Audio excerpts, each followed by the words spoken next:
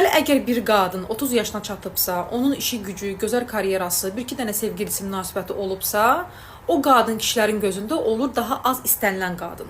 Çünki artıq o yaşa çatıb, kim olduğunu, nə istədiyini çox gözəl bilir. Amma eynisini kişi edirsə, yəni 35-45 yaş arası bir kişinin işi gücü, karyerası, çoxlu qadını, çoxlu münasibəti olubsa, o kişi olur daha çox istənilən, yəni belə deyək, alfa samec. Bəs doğrudanmı kişilərin prime vaxtı 35-45 yaş arasına düşür?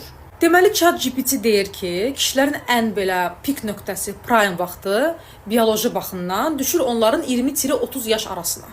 Əksər kişi bu yaş aralığında ən yüksək testosteron səviyyəsinə sahib olur, güc, seksual aktivlik və bədən forması bu dövrdə zirvədədir. Psixoloji və emosional yetkinliyə gəldikdə isə bu 30-40 yaş, bu bizim kişilərə aid deyil, onlarda heç vaxt olmur. Çox şey demək istəmirəm, amma 30 plus yaşlı oğlanların gedib aptekdən 10 paçka Viagra almağından bilinir elə onların prime vaxtında olmağı. Aptekdə işləyən qızlar bilir nə demək istəyirəm.